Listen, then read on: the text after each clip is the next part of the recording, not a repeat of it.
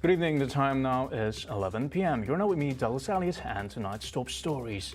Minister denies causing airport commotion and calls out corruption of immigration officers. Muslim world slams Quran burning in Sweden, and French President Macron seeks to quell riots in France. All these and more on TVS Nightline.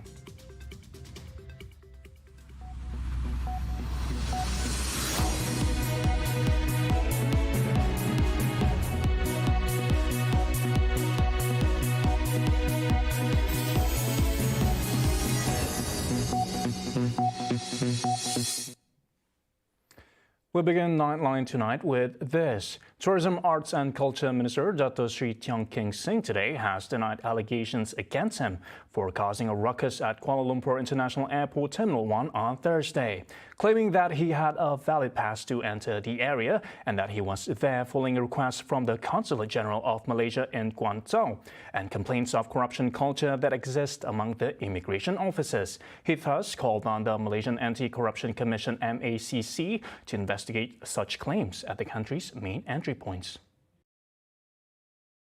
TIONG claimed that in the now viral incident, he did in fact appear in the airport's arrival hall to assist a foreign national after she was denied entry.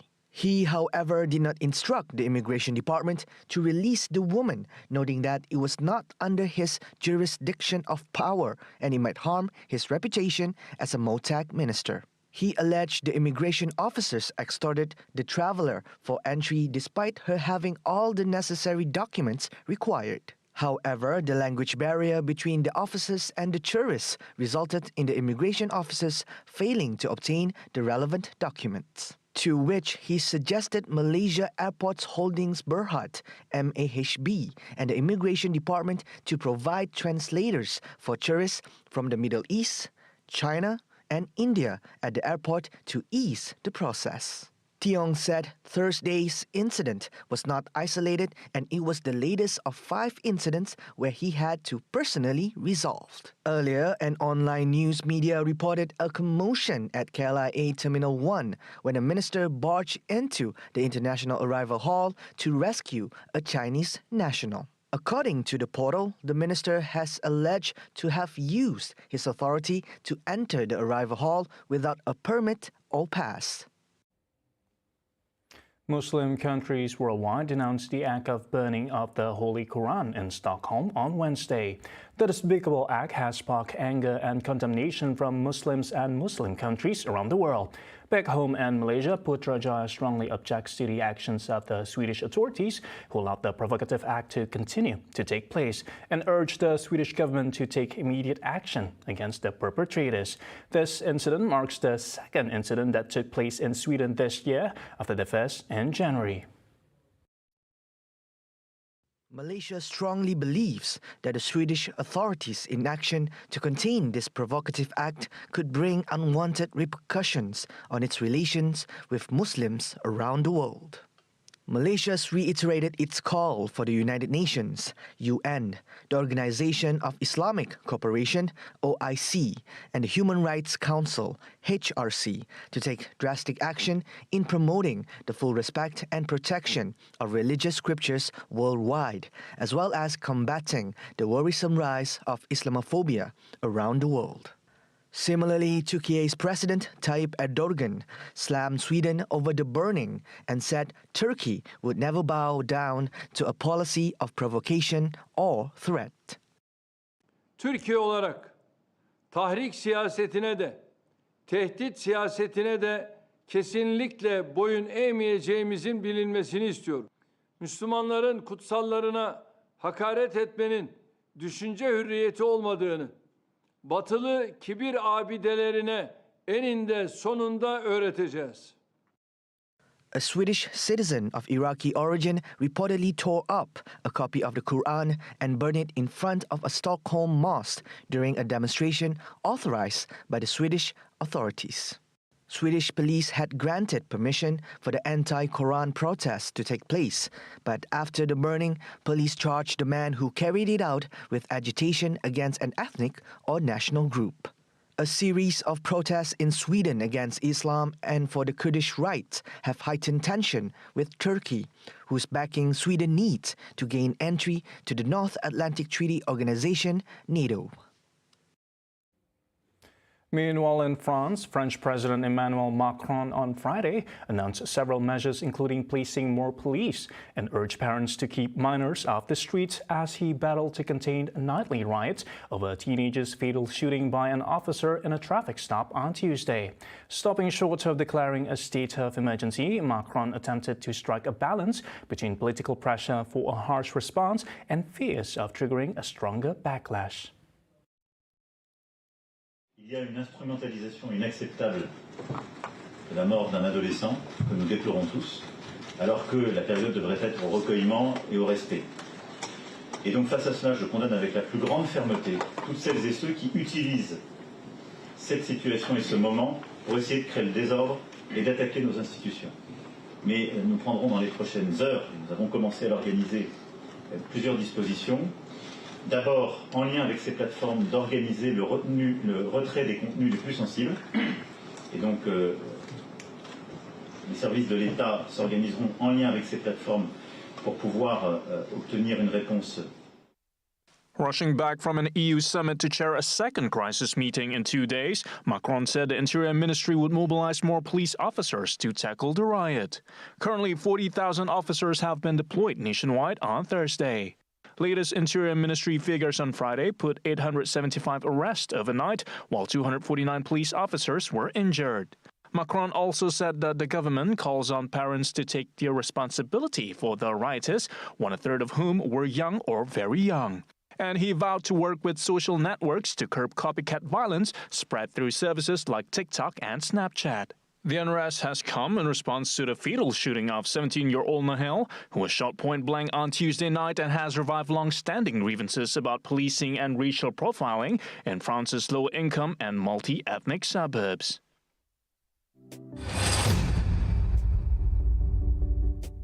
The government is studying a proposal to place carbon trading under the Ministry of Plantation Industries and Commodities, KPK. Deputy Prime Minister Dato Sri Fadila Yusof, who is also the minister in charge, said currently all issues related to carbon are under the jurisdiction of the Ministry of Natural Resources, Environment and Climate Change.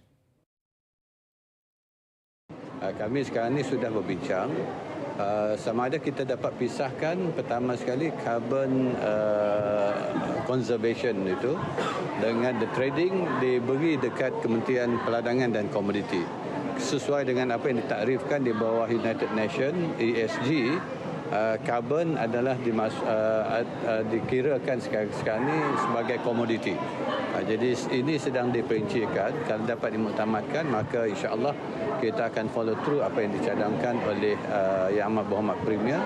The move, as well as the law to place carbon trading under the KPK, he said, is also expected to take some time as it involves changes in the ministry. Fadila said the move is also necessary following the trading of carbon on the Kuala Lumpur Stock Exchange, QUELL. Earlier, on April 27th, Sarawak Premier Tan Sri Abang Johari Tun Openg proposed that carbon trading be placed under the KPK.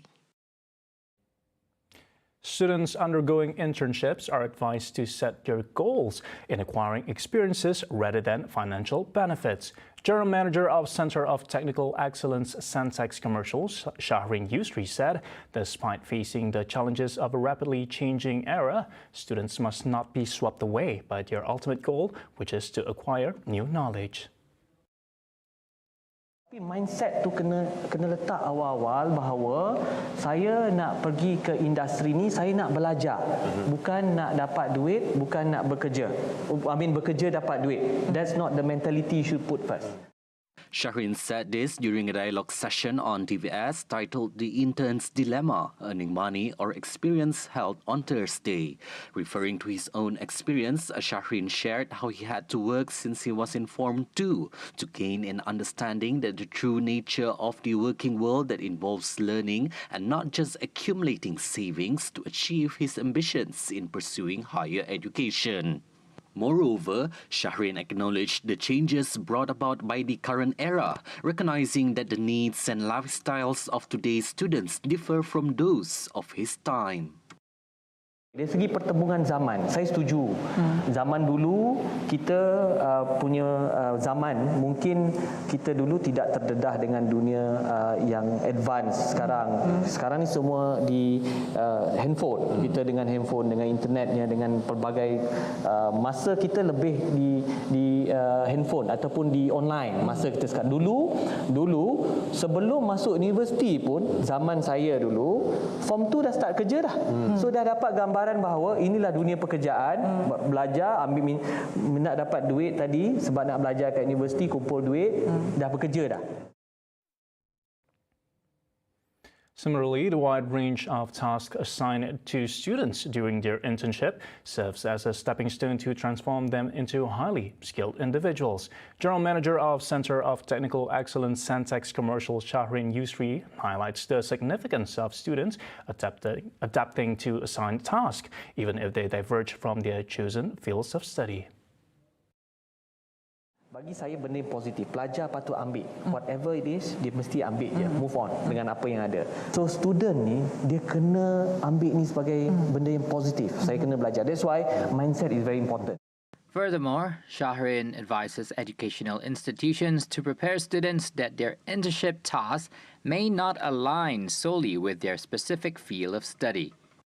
Mindset ni sebab student yang keluar, yang tempat yang bukan satu tempat je, banyak tempat saya jumpa pelajar industri ni, mereka punya mindset ialah saya kena belajar buat praktikal apa yang saya belajar. Kalau saya tak buat ni, that's not my job. I'm not going to do it. Ikut buku. I'm not going to do it. Dan saya tak boleh buat. At last dia tak diterima dari industri, dia tak boleh buat, dia tak boleh multitasking. Betul. Meanwhile, there were among students whom were met by TVS revealed the intern dilemma, with some agreeing that experience is crucial in their development, while some say allowance is important to cater for their expense. Here's what they have to say. My opinion on that would be, to me, I think the experience is important as much as the allowance. Since I'm in the graphic design field, I do work overtime sometimes. When I did my internship, I did work overtime at times. However, I did feel like the experience taught me to be a better graphic designer. But I was doing my internship in KL, so I did need an allowance to do so. So if I didn't have an allowance, I wouldn't be able to do the experience.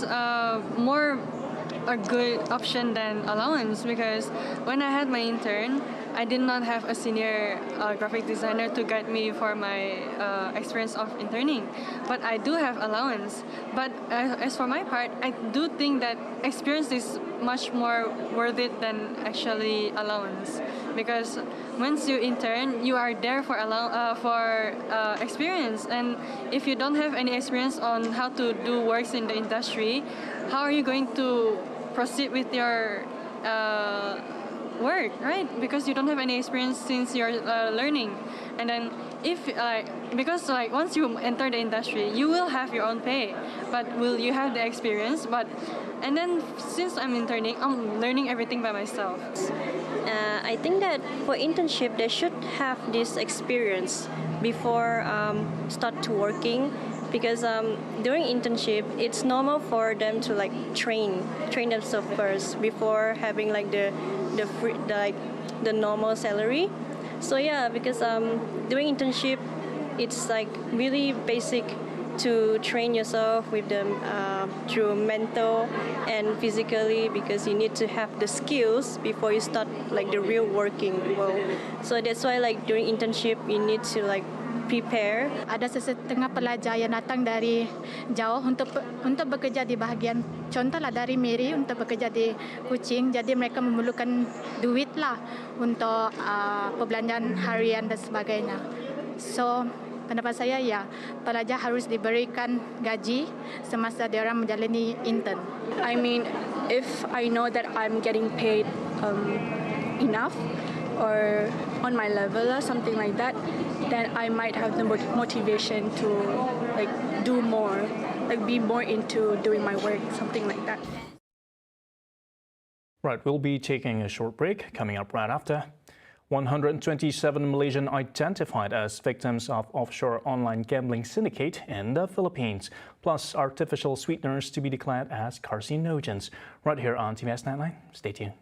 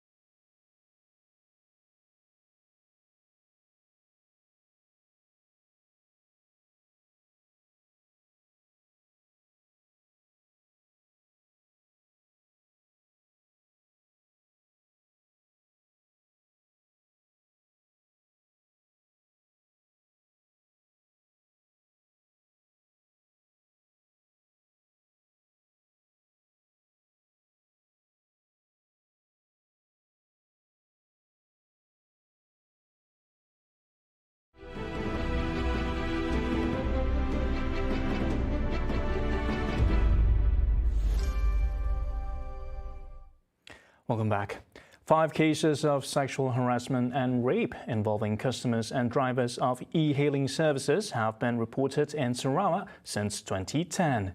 Sarawak Police Commissioner Dato' Muhammad Azman Ahmad Sapri revealed that these alarming incidents are happening mainly in Miri and Kuching.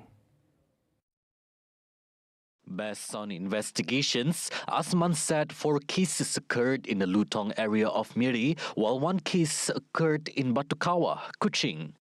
Kes di Lutong dikata ada 4 kes tu. Kes yang pertama tu pada 3 bulan 12 2021 telah pun dituduh dan masih lagi bicara, suspek telah dituduh. Kemudian bagi kes yang kedua di Miri itu ada 2 kes 9 bulan 5 2022 dan 11 bulan 5 2022 melibatkan suspek yang sama dan telah pun dituduh dan masih dalam perbicaraan. Kes yang ketiga di Lutong Miri juga itu pada 14 bulan 6 2023 dan suspek pun telah pun dituduh pada 18 bulan 7 telah dituduh dan akan bicara pada 18 bulan 7. Dan satu kes lagi di Kuching di Batukawa. Kejadian berlaku pada 20 bulan 10 tahun 2022 dan suspek pun telah pun dituduh. Jadi daripada syaratan kita semuanya melibatkan servis provider daripada Maxim lah. He said this in an exclusive interview with TVS after a press conference on Wednesday. He added that 1 case is being investigated under the charge of rape under Section 376 of the Penal Code, while the rest are under charges of outraging the modesty of women under Section 354 of the Penal Code. In terms of preventive measures to avoid such incidents, especially for women and children, Azman said that passengers are not obliged to engage with drivers, especially if the conversation takes a sexual or suspicious turn. Sebagai contoh, kamu ada teman lelaki, pernah tak buat hubungan seks dengan teman lelaki? Atau jika pemandu mengajak anda melihat video atau gambar berunsur seksual, itu semua adalah petanda untuk anda segera melarikan diri. For more information on preventing sexual harassment while using e-hailing services, here's what you can do. Asman stressed that if such incidents were to occur, the public is urged to seek immediate help and promptly contact the authorities.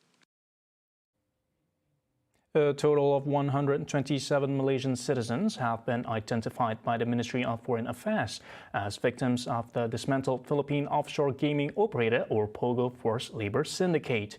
Based on a statement by the ministry, they are among a group of 134 individuals believed to be Malaysian citizens. They also stated that based on consular visits conducted on the Malaysian victims, all of them are in good condition. However, there are some logistical and welfare issues that are being addressed by the local authorities to ensure the well-being of all Malaysian victims. Any latest information regarding this matter will be communicated periodically.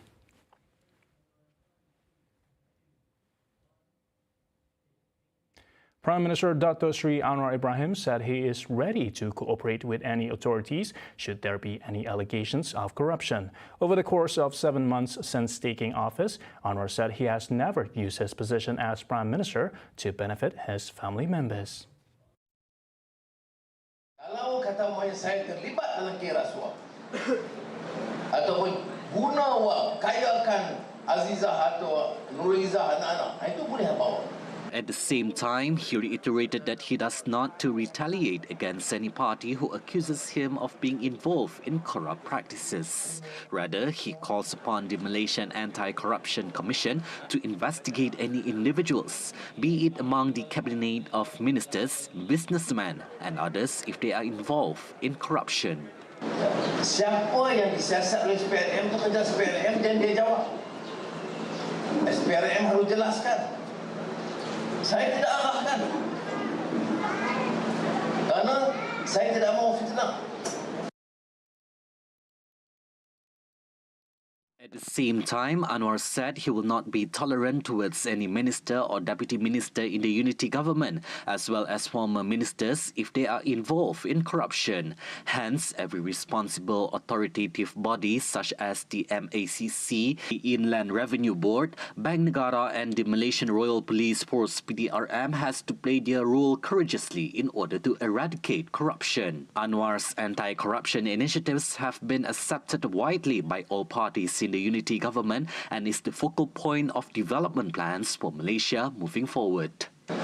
Selama ini dalam kerajaan, walaupun kita ada UMNO Barisan Nasional, ada DAP, ada Amanah, ada GPS Sarawak, ada GRS Sabah, saya belum dapat sekali pun apa-apa bantahan kalau kita nak buat sama ada meningkatkan Islam, baik kita tak kelola, nak lawan rasuah, itu saya belum ada apa-apa masalah dalaman.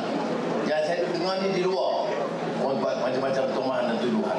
Bagilah peluang kita tadbir negara ini. Negara kita dulu saya kata hampir rosak dah. Siapa menteri semua kaya raya. Kita kena tukar cara itu sudah.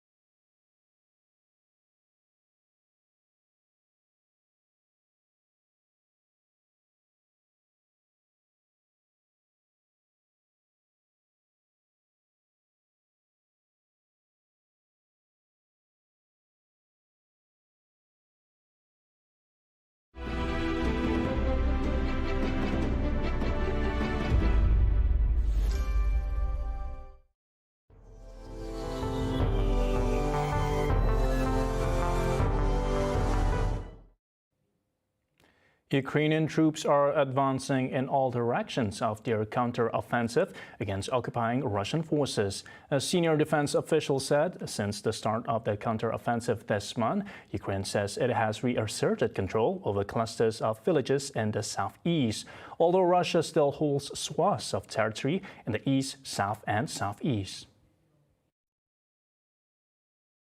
Russia, which began its full-scale invasion in February 2022, has not acknowledged the Ukrainian gains and has said Ukraine's military are suffering heavy casualties. Ukraine's Deputy Defense Minister Hanna Maliar said Ukrainian troops were moving confidently on the flanks around the devastated eastern city of Bakhmut, which is held by Russian forces, and the main fighting was going on around the city. She added that in the south, Kiev forces were moving with mixed success and mainly leveling the front line. She noted that the effectiveness of the counteroffensive should be evaluated by a lot of different military tasks and not just by advances and the liberation of settlements. President Volodymyr Zelensky has described the counteroffensive as proceeding slowly than desired, but that Kiev would not be pressured into speeding it up. Ukrainian officials have also said the main event of the counteroffensive has yet to start and that Ukraine has not yet sent its main troop reserves into combat. And finally, one of the world's most common artificial sweeteners is set to be declared a possible carcinogen next month by a leading global health body. This was according to two sources with knowledge of the process, pitting it against the food industry and regulators. Aspartame, used in products from Coca-Cola diet sodas to Mars Extra chewing gum and some Snapple drinks, will be listed in July as possibly carcinogenic to humans for the first time by the International Agency for Research on Cancer, IARC, the World Health Organization, WHO, Cancer Research Arms, these sources said. The IARC ruling, finalized earlier this month after a meeting of the group's external experts, is intended to assess whether something is a potential hazard or not based on all the published evidence. It does not take into account how much of a product a person can safely consume. However, similar IARC rulings in the past for different substances have raised concerns among consumers about their use, led to lawsuits and pressured manufacturers to recreate recipes and swap to alternatives. Last month, the WHO published guidelines advising consumers not to use non-sugar sweeteners for weight control.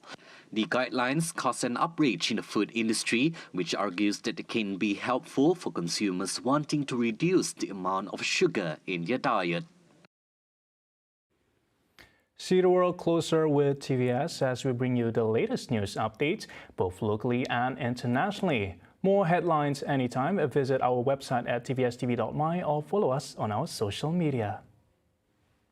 And that's the update for TVS Nightline. I'm Douglas Headed. Have a great weekend ahead.